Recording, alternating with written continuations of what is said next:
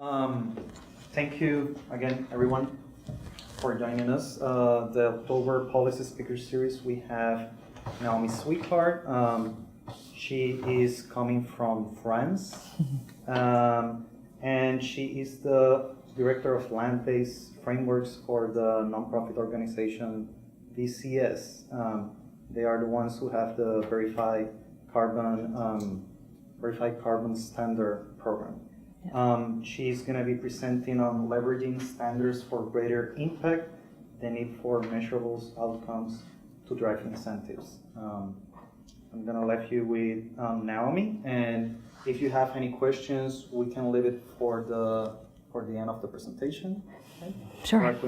Q&A. Okay. Sure. Thank you. All right, thank you.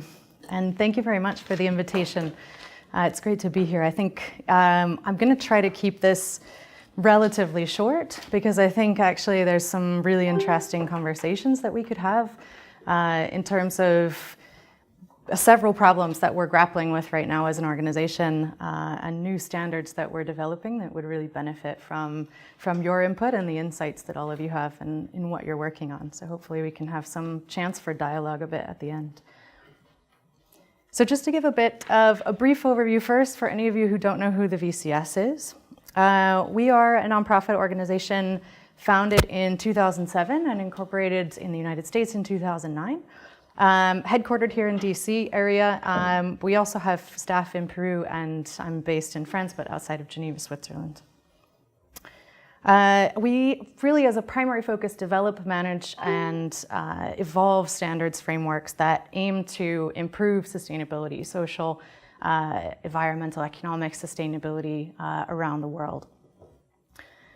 And that has really led us to being one of the leading standards in a number of different markets, primarily in the voluntary carbon market space, where we have really focused on innovation, coming up with new approaches that try to really drive change through measurable outcomes and through tying finance and trying to drive private markets to undertake more efforts to reduce emissions and to improve sustainability and development around the world.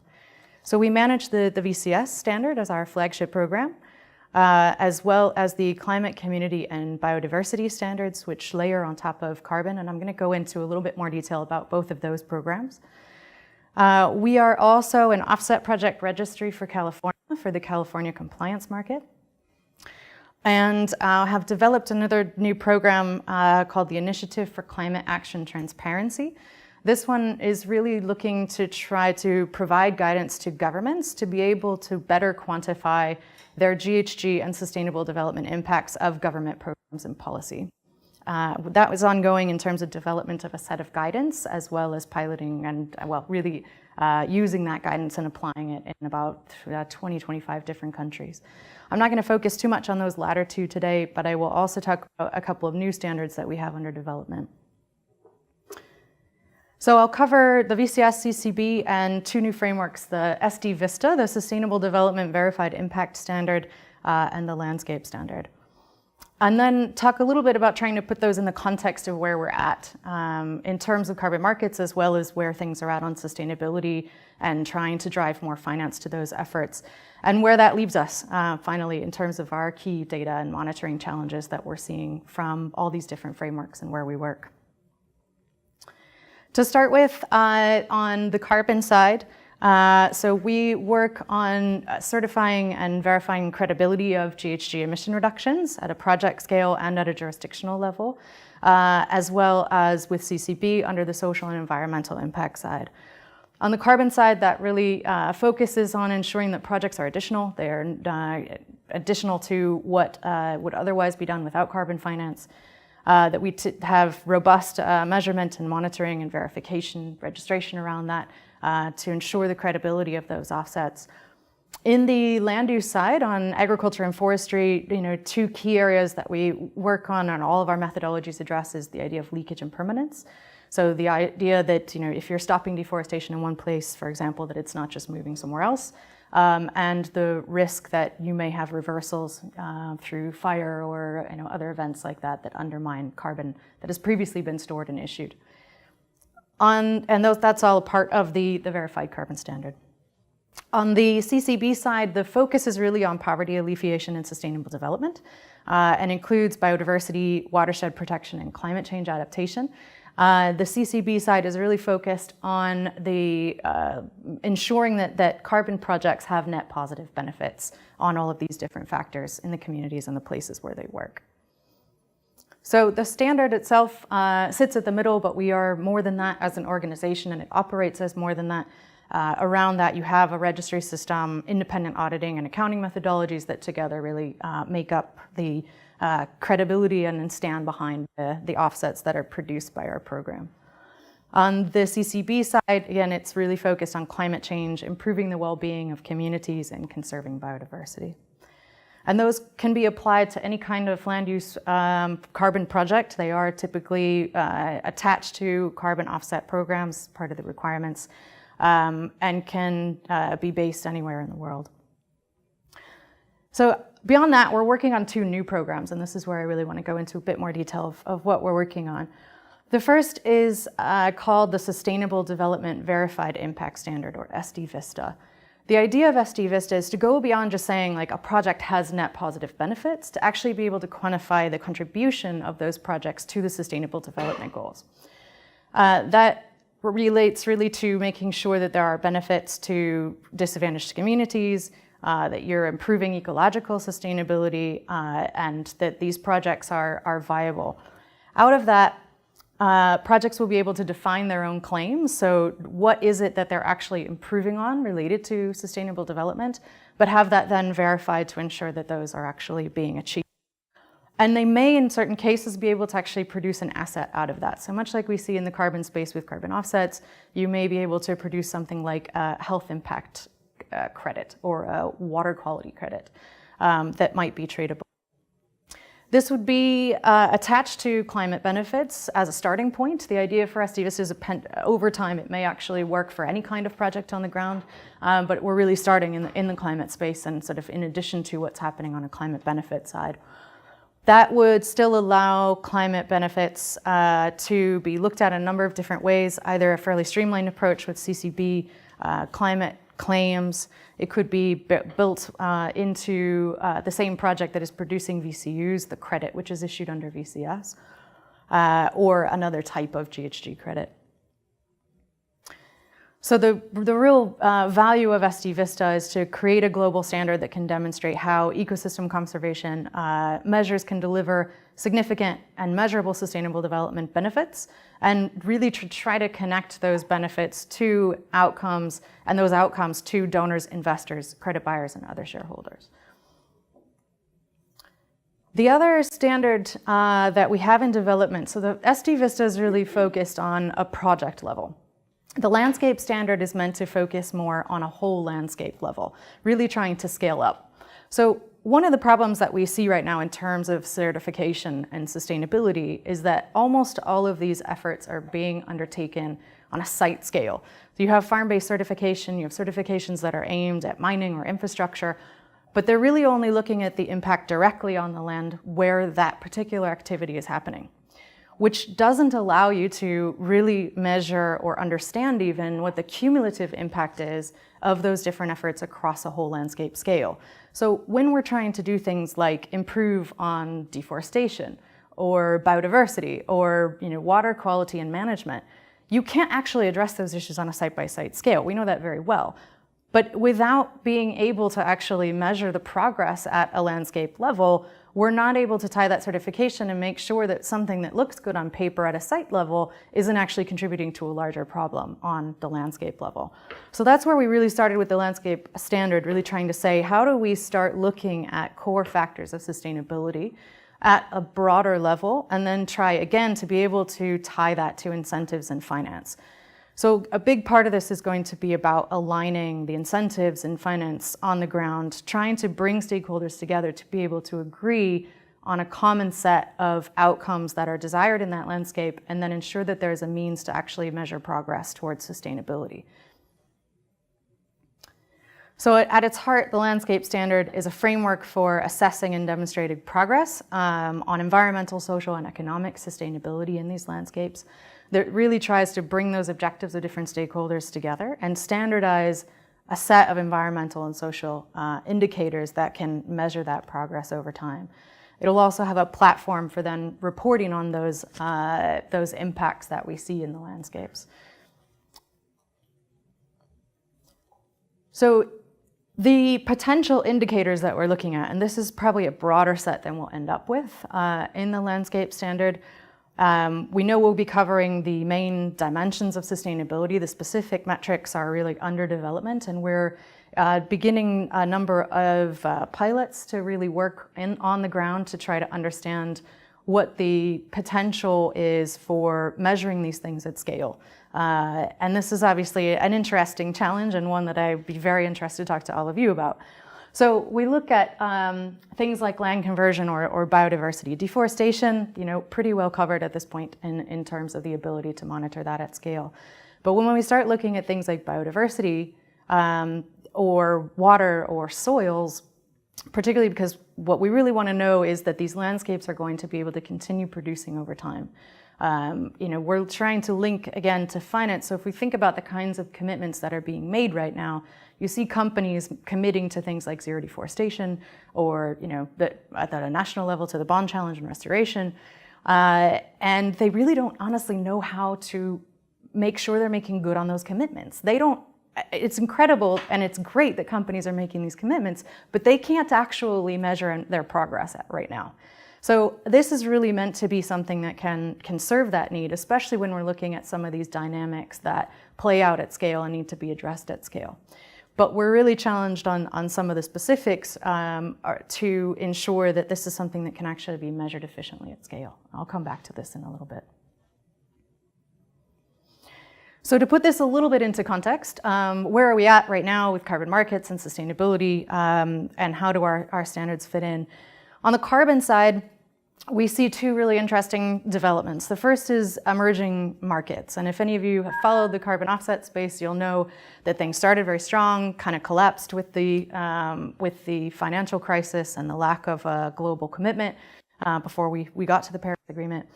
But we're starting to see a resurgence, and we're seeing a resurgence in two big areas. One, in the aviation sector, which is committed to carbon neutral growth from 2020. And that is likely to produce demand for several billion tons of offsets. And the idea for that program is to not set up something new, luckily, in terms of carbon accounting, but to have a bit of an open process that allows for multiple programs to provide credits to the mechanism that aviation sector would then buy. They're doing a lot in terms of the technology front and reducing their own emissions, but where they can't do that, especially because there's going to be a time lag between the commitment and when more sustainable fuels are really available, there's a period where they can buy offsets to meet their commitment. The other really interesting emerging market demand is really in domestic markets. And we see this coming out. Colombia is a really good example. South Africa, Chile are also doing similar things. Colombia has established a new policy which essentially taxes fossil-based fuels. And you can either pay the tax directly or you can reduce your tax by buying carbon offsets. And in the early years, basically through the end of 2017, although that might get extended into 2018, they are allowing the offsets to come internationally. But as of 2018, they need to be domestic within Colombia. And we're starting to see a huge amount of demand then come out of the domestic Colombian market. And this is something that is really likely to be replicated in other places, particularly because of the Paris Agreement, which is the second main piece. Now, I'm sure you're all familiar with it. You've had several other speakers talk about the Paris Agreement, so I'm not going to get into a huge amount of detail. But three interesting things coming out of this that are shaping our need for better approaches to harmonized monitoring systems. The first, Paris Agreement allows for both market and non-market approaches. The challenge, however, is that most developing countries have said, we're interested in using markets to achieve our commitments, whether it's our base commitment or our sort of conditional commitment that if we get more finance, we'll achieve more. While the developed countries, mostly, except for a handful like Switzerland and the US, have said, and who knows where that one's going, have said that they don't have an intention of using markets to achieve emission reductions. So the question then is, where's the demand? At the same time, every country will have a nationally determined contribution. This obviously means a need for national level accounting and reporting, but the finance isn't really there in many of these places to achieve that, and we have a potentially small market for international finance of purchasing those emission reductions, which means we need to really incentivize private sector investment. We need to be able to drive more action at a site-based scale and at national scales, obviously, but the private investment typically interacts and is more comfortable interacting at a site-based level. So what we end up with is accounting and commitments that have been made at a national level but unclear how they're financed. And one of the clear ways we could potentially operate or attract more finance at a project level, and now the need to make sure that these actually come together, that we have harmonized accounting that isn't creating the situation where there's double counting of emission reductions. There's still a significant finance gap, as again, I'm sure you're all aware. This is a bit out of date data, but there's not nearly enough finance in terms of either adaptation or mitigation. Again, sort of points to the fact that we need to drive more private finance to activities, both on the carbon side and on the sustainable development side. And for most of those actors, they need to be able to make claims, they need to manage their reputations. So to have a measurable approach that is tied to those outcomes is critical to driving that finance. On the sustainable development side, we see an evolution in the payment for ecosystem services market as well, with significant growth and demand for really not just the carbon side of these environmental services, but really going beyond that to account for and create new markets around environmental benefits and assets and emerging partnerships that are coming out of that. The SDGs as well are gaining a lot of traction, but most of those commitments are being made at a national level. Again, the action to actually incentivize and implement a lot of that effort needs to happen on a site-based level. And so there is a continued need to develop new systems or to leverage existing ones to do a better job of monitoring and reporting on progress, not just at a national level, but at the site level. The same with supply chain commitments. As I was referencing earlier, a number of companies are making zero deforestation, climate smart agriculture, and other targets without really understanding what that means in terms of implementation and being able to credibly and transparently measure those at scale. On the supply chain side, there's also been a lack of uptake in a lot of ways and yet a growth in sustainability markets. Essentially, the achievement is there's still quite a gap in terms of, we see progress on a lot of these commodities and sustainability, particularly in premium products like coffee, which you can see have expanded quite a lot from 2008 to 2013-14. But there's, at this point, a really great amount of fatigue in the market to site-by-site certification, to the cost of that, to the lack of efficiency. And it's very difficult to address a lot of these problems, again, at that site level. So really just, again, pointing to the need to get to greater scale, but that bringing a number of different challenges for how we actually implement that. So in terms of, where does that leave us and the challenges that we're facing that I think are interesting to work with you on. The first is really then, how do we reconcile these differences in monitored results at different levels? So if we're focusing on the carbon side. So as I was mentioning, and the Paris Agreement and the national determined contributions are accounted and assessed at a national level, while a lot of the activity that's happening to actually reduce emissions is happening on a site level. What we're seeing is a real difference in terms of the data and the methods that are used at those scales, and that potentially causing problems going forward that need to be reconciled. And that's on both the data side and also on the methods side. On the data side, a lot of countries are using pretty low resolution, freely available data, and it's not high enough resolution at a project scale to be accurate. So to say that these should just harmonize and that projects should just use national data is actually, in many cases, not really feasible or not very accurate. And if a project's doing that, they simply won't meet the accuracy requirements of the standard. That leads them to use different data sets or different approaches, which then can create discrepancies in monitored results. It's also a problem in terms of the methods that are used. At a national level, typically speaking, the accounting is being done, particularly in the land use sector, based on historical average emissions. Essentially saying, this is our historic average, it's probably what we're going to see in the future, which ignores the fact that a lot of countries, particularly high deforestation countries, have increasing trends in deforestation. And as they develop, that's likely to continue.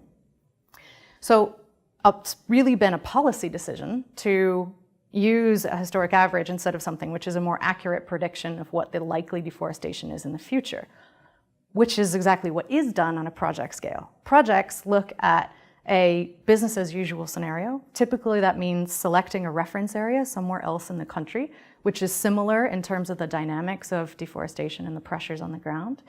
And then they use that to look at the project area, an area which has not yet had that same level of deforestation but is likely to, and predict what will probably happen in that project.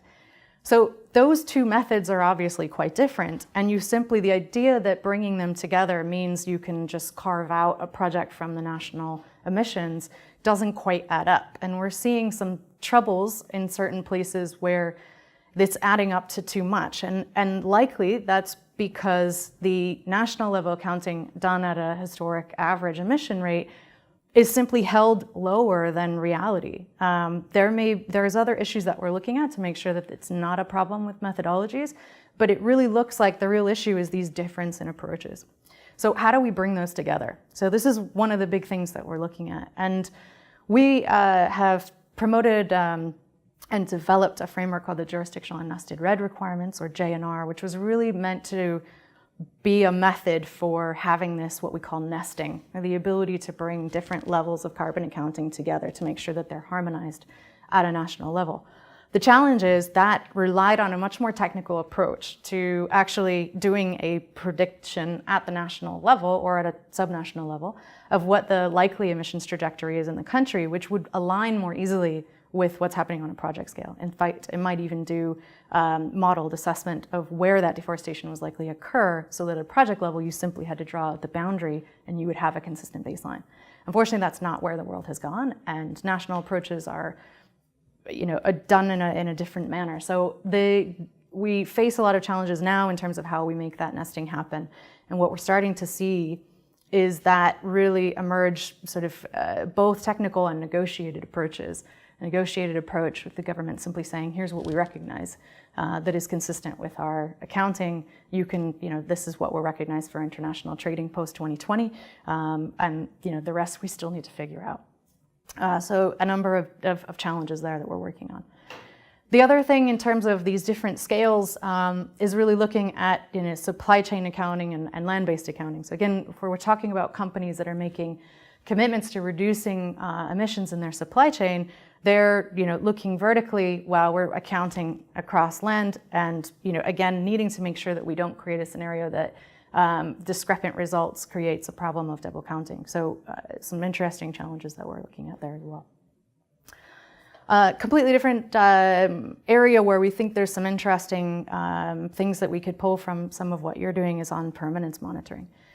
So in agriculture and forestry projects, again, this is making sure that when you issue a carbon credit that it remains permanent. The CDM approach was to have a temporary credit. It never really got off the ground and was only a reforestation, very limited market because people didn't want to buy a credit that expired, where every other credit type is permanent. So permanence approach that the VCS established was to have a buffer. Every project is assessed on its risk for permanence. They set a portion of those credits aside in a buffer mechanism, and then if they lose any carbon in the field, we can cancel out of the buffer to make sure that the original credit remains permanent. But the way that this currently is handled relies on regular monitoring and verification and report, the submission of a report if there is a loss event. So if there's been illegal logging or there's been a fire, the project developer would say, here's how much we think we've lost. We'll verify that at our next verification. But in the meantime, as a standard, we're able to put those credits on hold so that we know what might potentially be lost out of the buffer and what the potential liabilities are. There's probably a much better way to do this. Given the opportunities and the advancements that have come out in terms of real-time monitoring, we should be able to do a more rapid assessment that could potentially be looking at these in more real time. And that would really help us from a policy approach to manage the contributions to the buffer and making sure that that remains sufficient and robust over time. And the last one is really the opportunity for streamlining. One of the things that we're trying to do as a standard is, overall to lower transaction costs here, to drive more impact through having less upfront cost to the development and verification over time of these projects. And again, given where the Paris Agreement is taking us, where every country will have national level accounting, there is the opportunity potentially to do much more streamlined accounting, particularly for domestic offsets. Those could serve domestic markets or international markets as long as they're not being claimed as an actual offset that someone else is going to emit on the back of outside of the country. So we're looking at what is the opportunity, and at the moment, projects use fairly complex project-by-project methodologies. Is there a better way for us to monitor remotely the impact of these projects? And given that they're being used domestically, where you have the full accounting at a national level to ensure credibility, could you do that with a much lower cost approach? I don't know exactly what that might look like, but very interested to talk with all of you about it. The other opportunity that we see emerging potentially is for companies, rather than saying that they're taking emission reductions out of a country, exporting them and using them themselves as an offset, to say that they're contributing. It's just an area of exploration for us right now. But again, the opportunity there would be similarly with domestic markets, that you have the accounting really happening at a national level. Could we do something much more streamlined at a project level? So to come back to the sustainable development side and sort of revisit this piece, on the SD Vista on landscape standard as well, we're really looking into what can we do to reduce or to keep the cost of this monitoring low. We know that one of the biggest criticisms of site-based certifications is a lack of efficiency and cost. How do we make this much more cost-effective at a landscape level? We also, though, need to make sure that those indicators remain meaningful and that companies can make decisions either on risk or on planning, or on governments can do better land-based planning. So they need to be robust enough for that. And again, some of these are pretty straightforward, and we're really looking at, what's the realm of the possible right now, particularly if we're talking about soils or social indicators. Someone was recently saying, I don't know if, who was coming up with this, but a method of looking at nighttime lights to correspond to income levels. And is that something that we could use potentially as a proxy for getting at improvements in human well-being? That may not be the right proxy, but that kind of thinking is where we're trying to explore what's possible at a landscape level on these different indicators that could be a meaningful approach. In many cases, that's likely to still be complemented by on-the-ground monitoring for some of the things that are simply still not possible to get at remotely. So I'll leave it there. I'm particularly interested to hear from you what you're working on and where you think the products could be of interest or service to some of these challenges. Thank you.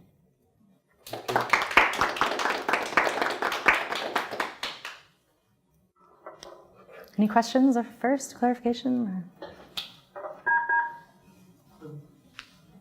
You made you distinguished market and non-market-based approaches to emissions reductions, and you were saying that offsets are kind of naturally part of the market-based approaches, but I was a little confused as to how they would work with a non-market-based approach. Yeah, no, offsets specifically absolutely are within the market-based approach. It's simply that countries can decide that they're not planning on participating in markets and instead be looking at finance through GCF, for example, or other approaches. But where that might, generally speaking, that means that as a country, they're not planning on using the offsets or ITMOs to transact to try to reduce to either sell emission reductions that they have or to reduce their own emissions. but you might still have projects acting within that country. So you may still have offset projects that exist within a country that's using non-market approaches at a national level. So again, that's where we see the need for making sure that these things are reconciled, that you don't end up with double counting. You don't have someone who's got an offset project and is selling it internationally, and that emission reduction is also captured in the national accounting, and they're taking a non-market approach. And so it's really just trying to make sure that these all work out. Okay, well, a couple of things with your costs and trying to figure out if you can do things with cost effectively. I've been working with a lot of high resolution imagery that's plus or minus a half a meter resolution for doing all sorts of things. And the thing is that that's commercial imagery, and it's quite expensive. I mean, even in bulk, you're talking, $1,000 a scene. And, so the question is, let's say that you need to have that kind of resolution in order to answer some of the questions that you're looking at. Would that be cost effective? I have no idea. Yeah. Let's say per square kilometer, how much that's worth to people. As opposed to, or how many hundreds of square kilometers that you see in a particular scene, and how often you have to go back and revisit that and whatnot.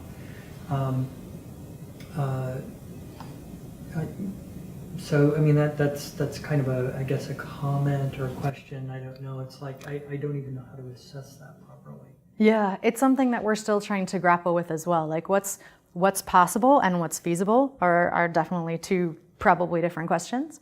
One of the big things that we're looking at with the landscape standard is how do you actually drive the incentives? Like who goes into a landscape where you have multiple actors and applies the framework? And what cost are they willing to bear? And what level of information do they have or need to have vis-a-vis that willingness to bear the cost? So a lot of what we're doing on the piloting side is working in a number of different landscapes to try to unpack what those levers are and who has the ability to really drive forward the application. And it depends on where you're working. In Ghana, for example, in the cocoa sector, cocoa is extremely important to Ghana's economy, and their biggest concern is sustainability of supply. So in that case, you may have more of a drive for application from government, but they don't have the deepest of pockets to put this. So what level of information do they need to be able to produce climate smart cocoa from Ghana, but do that cost effectively enough? So we're really getting down to testing that out in specific scenarios to understand what's possible. The other thing is that at the end of the day, we're likely to have metrics that are standardized at a pretty high level, but in terms of exactly how they get measured or monitored in a specific place and what the specific issue is, to be very flexible, because obviously one landscape is completely different from another, which means that one country might decide, or one landscape might decide, this is really important to me to have really high resolution data and know very well, the dynamic on the specific issue. So, we're willing to come together, put together a fund that can help actually cover the monitoring cost. In another place, you might have a completely different dynamic where they say we're just going to do ground up, data using cell phones or what have you. So there's likely to be quite a bit of flexibility on that. But we really also need to know, what's the, what are those costs, what's possible, what those trade-offs are. So we'll be looking for information on that. I'd like to chat with you afterwards. Yeah, that'd be great. I've got several other questions, but you looked over. Okay. You had mentioned something about the permanence monitoring, and specifically you mentioned a couple of scenarios with both natural and anthropogenic loss, in particular with fires. I grew up in the Southwest, and the landscapes there are quite dynamic when it comes to like fires, the ponderosa pine. And I'm curious how, well, first off, how you're handling this thing, because you're saying that you turn it off for a while and then you turn it on. I can see that people in landscapes that have natural cycles, might be a little worried about getting into these things where no fault of their own, lightning strike happens, you lose 50,000 hectares of land in a big fire. but the damage isn't always as bad as seems. I mean, Yeah. particularly landscapes that are evolutionary adapted to fire. Yeah. And so I'm curious how you are going to address this. Yeah. So, I mean, two things. One, our permanence approach, essentially what we have is a tool. It's a risk tool that assesses the potential for a project to have a reversal. In other words, carbon on which credits have previously been issued is lost. So that then produces a score, a percentage of credits that are set aside in the buffer mechanism. And the way the buffer works is that if there is a loss the next time that they verify, then you would cancel credits from the pool to cover that loss to make sure that the credits that have been issued remain permanent. But just because there's been a loss doesn't mean there's been a reversal. So I might have lost whatever it is, 500 hectares or something, or 5,000 tons. But if by the time I go back and verify again that has regenerated, then I haven't had a reversal. So as long as I am staying above the baseline that was set for the project, there's not actually a reversal. There isn't a loss of carbon on which credits had previously been issued. So that's part of it, which is partly why at the moment we don't have immediate reporting or cancellation or liability when there's been a loss. You have to tell us that it happened so that we can put credits on hold in case it is a reversal. And when you come back and verify again, then that gets trued up in the buffer mechanism, recognizing that these things are cyclical and you may not actually have ended up with a reversal. So that's partly why the system is how it is. The risk of that is that we don't necessarily know if a project hasn't verified in 3 or 4 years, is that because there's been a massive loss and the project has failed, or are they simply having slow emission reductions and they want to wait to pay for the verification? So we would like to have a better sense of the current status of projects, and if we had a more real-time monitoring system, could do a better job of making sure that that buffer is well managed and that we know what's happening with those projects. This one's likely to recover, this one's not. Or this one seems to have patterns of management that are not being effective, and maybe we need to take a closer look at it. So that it would be more of an information system as opposed to something which creates a liability.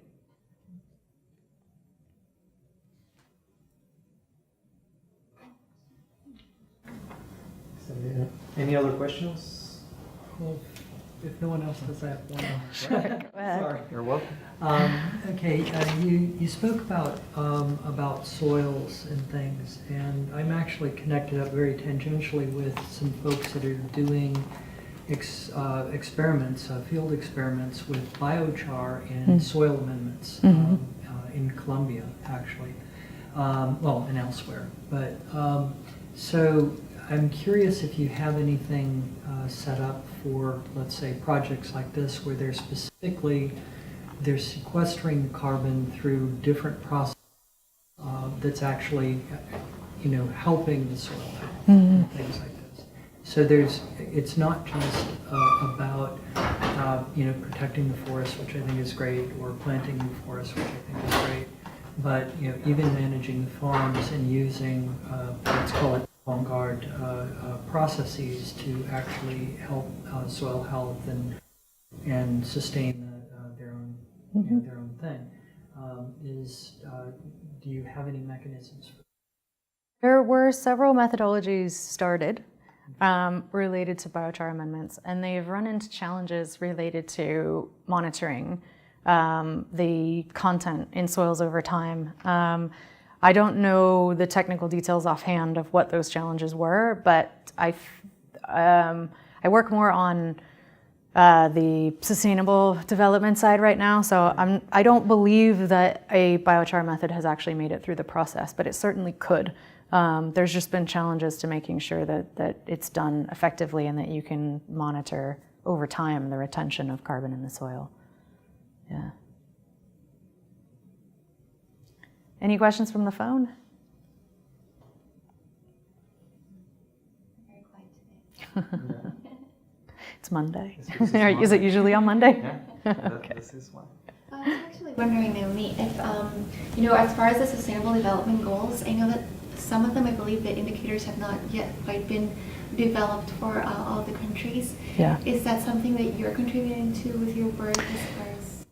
Yeah, we're not working with countries on their sustainable development goals. What we are looking at is how can these different efforts contribute to those. So there's something, most of those goals are being set at a really, really high level. Like we're gonna end poverty. So that's not very actionable or measurable in many cases.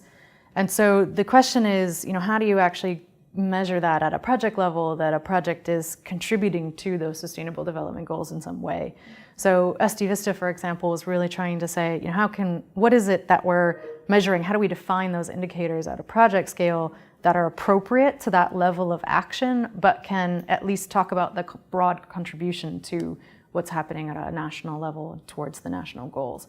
So a bit of work to be done still on exactly what that looks like in practice, but the idea isn't to be directly working with the government to define their SDGs. There's plenty of other organizations that do that. And did you have an opportunity to look at some of the CMS work? Only a little bit, but I would love to know more, particularly about measuring the SDGs. I understand there's a whole program in terms of trying to do that with remote sensing, and I think that's incredibly relevant to what we're trying to do on landscape standards. So that is apart from CMS. That's then the initiative Yes. From Daniel Wood from the Applied Sciences program here at Goddard, and they're working with headquarters in that regards. And I think the person will be Maggie, and in headquarters is Lawrence Friedel, the one who is working at NRG. And yeah, we can make the connection. I think we already made the connection, but we can follow up on that regards. There is some information that we could certainly provide. The problem with CMS is, one of the issues is that we don't have real-time monitoring data, and then we don't have updates of that data because usually the projects are just 3-year funded projects, and then the funding ends after 3 years, and then you don't have any assurance that that's going to continue to work. And that's kind of like the difference with some of the Earth science missions, like Landsat, like ISAT-2, that Sarina works, that are basically satellites that are there in orbit, and they are giving data, sometimes each 8 days, Landsat, or daily. But there are some satellite missions that definitely can provide some data, like SMAP, like ISAT-2. The one that you were mentioning about nighttime, and then using that as a proxy to understand like income levels or something, that's the VIIRS mission, right? Satellite, and that's I can't remember. Yeah, there is Modus. I think it's maybe Modus, one of the yeah. products, but we have a scientist here, Miguel Roman, that works do a lot of works using nighttime lights against using it as a proxy to understand many different issues around the world. There was one more question, and it was in regards to this the landscape standard that is being developed. So I see here some of the potential indicators and the metrics. What is the scale that we're talking about here? Is this going to be like at the national level, at the local level? Good question. Yeah. For example, the forest carbon stocks and these other metrics that are like related to land. Yeah. So the definition of a landscape would be somewhat flexible, but we're aiming to something that is like an ecoregion or a production region, potentially a municipality or sort of state level jurisdiction, but probably not larger than that, at least to start with, because we're looking likely at pretty heterogeneous places and need to be able to have measurable changes. And the bigger the scale you do that, the harder it's going to be to show change. So it will likely depend on the particular landscape, but be based around ecoregion or production region. Does VCS work at all on monitoring emissions, direct emissions, like from, either like from forests, burning forests, or from urban areas? We don't directly do any monitoring, so we are a standard that essentially sets the rules for how other people use monitoring to generate a product, whether that's a emissions unit or in these other cases, it'll be more of an ongoing assessment, but we're not directly involved in the monitoring ourselves. So we just set out what's allowed, really. Yeah. Okay. And well, do you work on any standards related to emissions, or are you focused more on land use and forest cover? You're probably hearing a lot of land use and forest cover from me because I'm the director for land-based frameworks. But no, we definitely do work on the carbon side. And our main, come back to the programs. So we have here we go. So both the verified carbon standard, which includes carbon accounting at both a project scale and in the jurisdictional and nested RED framework at a jurisdictional level, as well as the California Offset Project Registry. Those are both standards for carbon accounting. Yeah.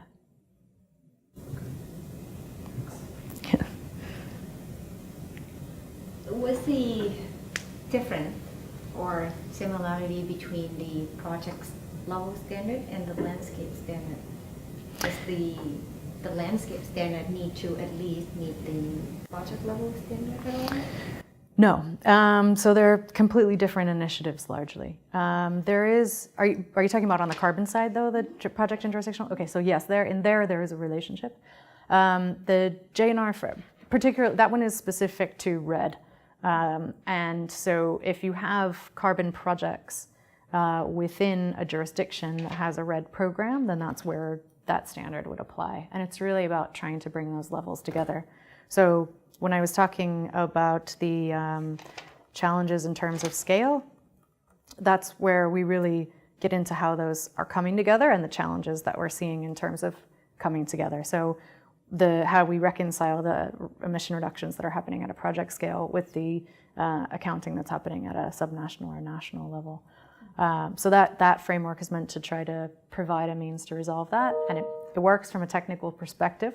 There are a few countries still looking to use that approach, but what we're finding is that because of this more policy-based decision in terms of how national accounting works, it's becoming challenging to really bring those two scales together. So yeah, in some cases they interact, in others it's more trying to figure out how we deal with projects that exist in national accounting. Does that answer your question? So the landscape level, just to make sure how you can scale up the project level into larger. On the carbon side or on the sustainable development side? Yeah.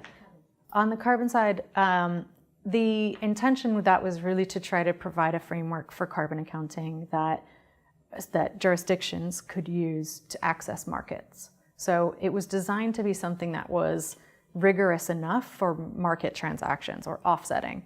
I think as things have developed under the Paris Agreement and the discussions in terms of national level accounting have mostly focused actually on non-market approaches.